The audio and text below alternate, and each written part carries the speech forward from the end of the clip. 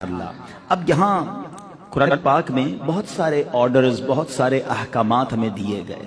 نماز کا حکم دیا، زکوٰۃ کا حکم دیا، حج کا حکم ملا، بہت سارے احکام ہیں۔ کسی بھی عبادت میں، کسی بھی حکم میں رب نے یہ نہیں فرمایا کہ اے میرے بندوں میں بھی کرتا ہوں، میرے فرشتے بھی کرتے ہیں اور تم بھی شامل ہو جاؤ۔ یہ درود پاک کا مقام دیکھیں کہ رب فرما رہا ہے کہ بے شک اللہ اور اس کے فرشتے اس غیب بتانے والے نبی پر درود بھیجتے ہیں، اے ایمان والو تم بھی ان پر خوب درود اور سلام بھیجو۔ ذرا درود پاک کی اہمیت، میرے آقا کی شان دیکھیں۔ اور پھر اس میں ایک تطبیق کرنا، کیٹیگرائز کرنا بڑا ضروری ہے۔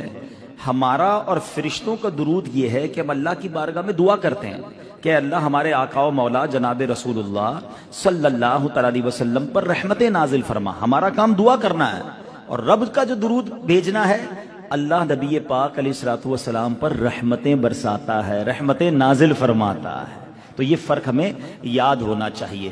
اب ایک اور یہاں پر جو اس آیت سے سیکھنی ہے باتیں، کہ اللہ کریم نے مختلف فرشتوں کی درود پاک سے متعلق مختلف ذمہ داریاں بھی لگائی ہیں۔ مثلا دنیا میں جب بھی کہیں عاشقان رسول، غلام مصطفیٰ کوئی بھی ہو درود پاک پڑھتا ہے تو فرشتے بھی اس پر درود بھیجتے ہیں۔ یعنی درود پڑھنے والے پر دعا کرنا یہ بھی فرشتوں کی ڈیوٹی ہے۔ اور کچھ فرشتے وہ ہیں، سنو آج جمعرات ہے نا، کچھ فرشتوں کی ڈیوٹی پتہ ہے کیا ہے؟ کہ جب جمعرات کا دن آتا ہے تو وہ سونے کے قلم، چاندی کے کاغذ لے کر اترتے ہیں، اور اس رات جو بھی سرکار دو عالم علیہ الصلوۃ والسلام پر درود بھیجتا ہے، فرشتے اس چاندی کے کاغذ پر سونے کے قلم سے اس کا درود لکھتے ہیں، اس کا نام بھی لکھتے ہیں۔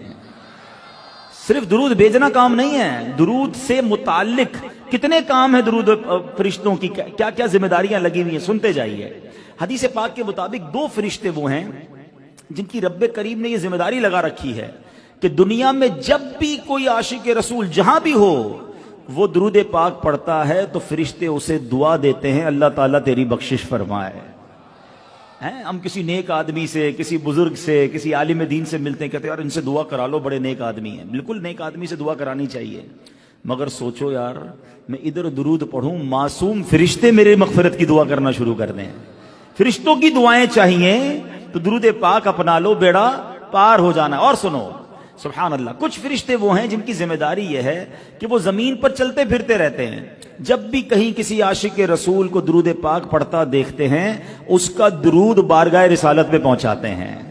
ان کا کام آقا کی بارگاہ میں ان کا درود پہنچانا ہے۔ اور سنیے حضرت کعب رضی اللہ تعالیٰ عنہ فرماتے ہیں کہ کوئی فجر ایسی طلوع نہیں ہوتی مگر 70,000 فرشتے اترتے ہیں اور پیارے آقا علیہ الصلوۃ والسلام کے روضہ پر نور کے پاس جمع ہوتے ہیں، خوشی سے اپنے پر ہلاتے ہیں، شام تک نبی پاک علیہ الصلوۃ والسلام پر درود بھیجتے ہیں۔ جب شام ہوتی ہے یہ فرشتے واپس لوٹ جاتے ہیں، اتنے ہی فرشتے اور آ جاتے ہیں اور بارگاہ رسالت میں اب یہ صبح تک درود بھیجتے رہتے ہیں۔ 70,000 فرشتوں کا جو ٹرن اوور ہے، ان کی ڈیوٹی یہ ہے کہ نبی پاک کے روضے کی حاضری بھی دیتے ہیں اور آقا کی بارگاہ میں درود پاک کا نذرانہ بھی پیش کرتے ہیں۔